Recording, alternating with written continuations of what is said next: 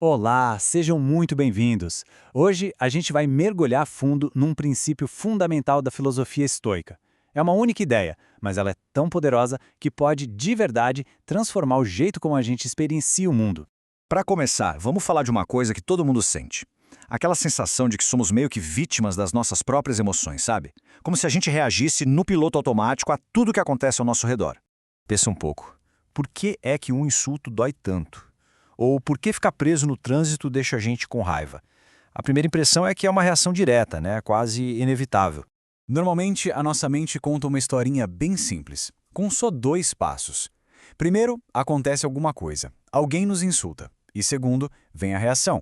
A gente sente raiva. Simples assim, direto, e parece que totalmente fora do nosso controle. Acontece que os estoicos, lá na antiguidade, já diziam que essa ideia era, na verdade, uma grande ilusão. Eles acreditavam que a nossa mente nem sempre é uma narradora confiável sobre a origem das nossas reações e que existe uma verdade muito mais profunda por trás disso tudo. E essa verdade, ela está escondida num passo secreto. Um mecanismo que, quando a gente entende, nos dá um poder imenso sobre a nossa paz de espírito. Então, vamos descobrir que passo é esse. E aqui está a grande revelação histórica. Não são dois passos, são três. Entre o evento e a nossa reação, existe uma etapa crucial, o julgamento. É exatamente aí, nesse espaço, que mora todo o nosso poder. Certo, mas o que é esse tal de julgamento? Bom, para os estoicos, é a nossa interpretação do que aconteceu. São as nossas crenças, as nossas opiniões e os pensamentos que temos sobre aquilo. Pensa bem, não é o engarrafamento que nos irrita, mas o nosso julgamento de que isso é terrível e não deveria estar acontecendo comigo. O imperador romano e filósofo estoico Marco Aurélio resumiu isso de forma perfeita. Ele disse: se alguma coisa externa lhe causa angústia, não é a coisa em si que o perturba, mas seu julgamento a respeito. E isso você tem o poder de eliminar agora. Essa ideia estoica é simplesmente atemporal. A gente não reage às coisas, mas sim às nossas opiniões sobre elas. É uma mudança de perspectiva que nos coloca de volta no comando da situação. Mas como os estoicos tinham tanta certeza disso? Eles não pediram para a gente simplesmente acreditar na palavra deles.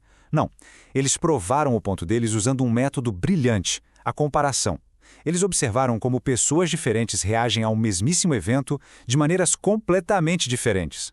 Por exemplo, Montaigne, que era um grande seguidor do estoicismo, reparou que a gente é muito mais sensível a um corte de bisturi de um cirurgião do que a, 10 ferimentos de espada no calor de uma batalha.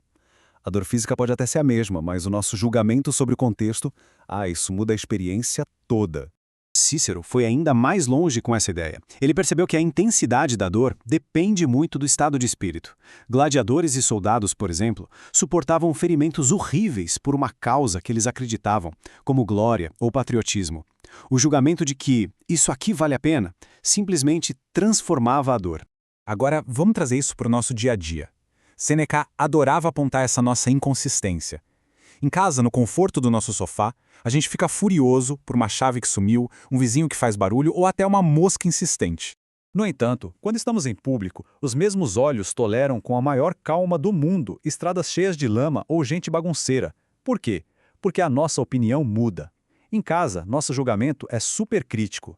Na rua, é mais tolerante. A reação, percebe, não está no evento, está dentro da gente. Sêneca até nos deu uma metáfora incrível para isso. A nossa mente pode nos enganar, igualzinho a um objeto reto que parece torto quando a gente mergulha ele na água.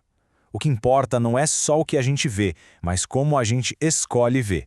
A nossa percepção não é a realidade absoluta. Ok, entender a teoria é o primeiro passo, e é um passo gigante. Mas o estoicismo não é só uma ideia bonita, é ação. Então, como que a gente transforma esse conhecimento todo numa prática diária para ter mais calma? Marco Aurélio de novo, nos dando uma instrução bem clara: remova a sua opinião do assunto e o fui prejudicado é removido também. Remova o fui prejudicado e o dano será removido. É basicamente uma habilidade mental, aprender a separar o evento do nosso julgamento sobre ele. O filósofo Epicteto, que começou a vida como escravo e se tornou um dos maiores mestres estoicos, reforça isso com tudo. Ele dizia: quando somos impedidos, chateados ou ofendidos, nunca culpemos os outros, mas a nós mesmos, isto é, as nossas próprias opiniões. A responsabilidade pela nossa paz é nossa. Ponto final. Então vamos lá, o ponto crucial. Como praticar? Primeiro, a gente isola o pensamento do evento. Uma coisa é uma coisa, outra coisa é outra coisa.